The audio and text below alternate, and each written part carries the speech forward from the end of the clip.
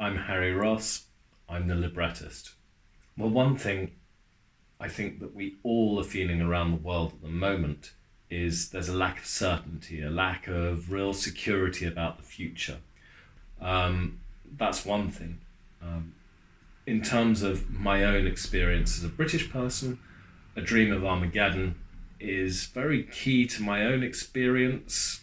H.G. Wells is an Edwardian author writing at the height of the British Empire when there was a literary trend to be very concerned about what would happen if the empire were to ever fall. This is mirrored in other outputs of the turn of the century. Recessional, famous poem by Rudyard Kipling, which you should look up. It's got a fascinating paranoia about this too. What happens if you give up? What happens to the world? Anyway, I'm a British person living in the first fifth of the 21st century, and I am from a Britain that has lost its influence and has gained an authoritarian populist government that is riding roughshod over most of our democratic institutions, has hoiked us out of the European Union, and is very close to destroying the Union of Great Britain.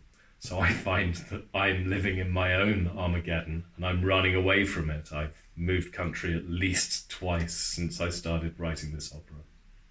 Well, I suppose one thing when I'm talking about running away, I gave the characters names because I wanted you to identify with the problem of what you do when you see great injustice, but there's nothing you can do about it. So Cooper Hayden, it becomes an everyman sort of character, and he runs away from where he's meant to be, and then he doesn't act decisively ever, and he lacks power and agency, but he has power and agency, but to what extent? Where does it begin and end? And that whole dichotomy is how I've changed it. In the original, the protagonist in the dream is a powerful politician who gives everything up for love. That's not the case here. It's what are we all doing? I'm asking that. What are we running from?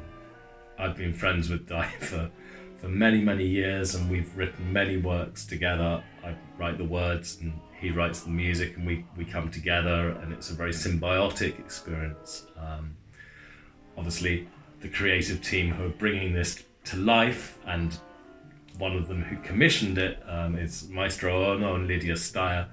And I suppose the main thing to say that's so humbling is both of their insistence that this work, which has the themes that it has about uncertainty, political instability, crisis, the rise of authoritarian nationalism, they both during this pandemic insisted that this work should be produced now so that people could see it and reflect on it. And I'm humbled at the strength of their collaboration and the strength of character that they've both shown in producing in such challenging circumstances.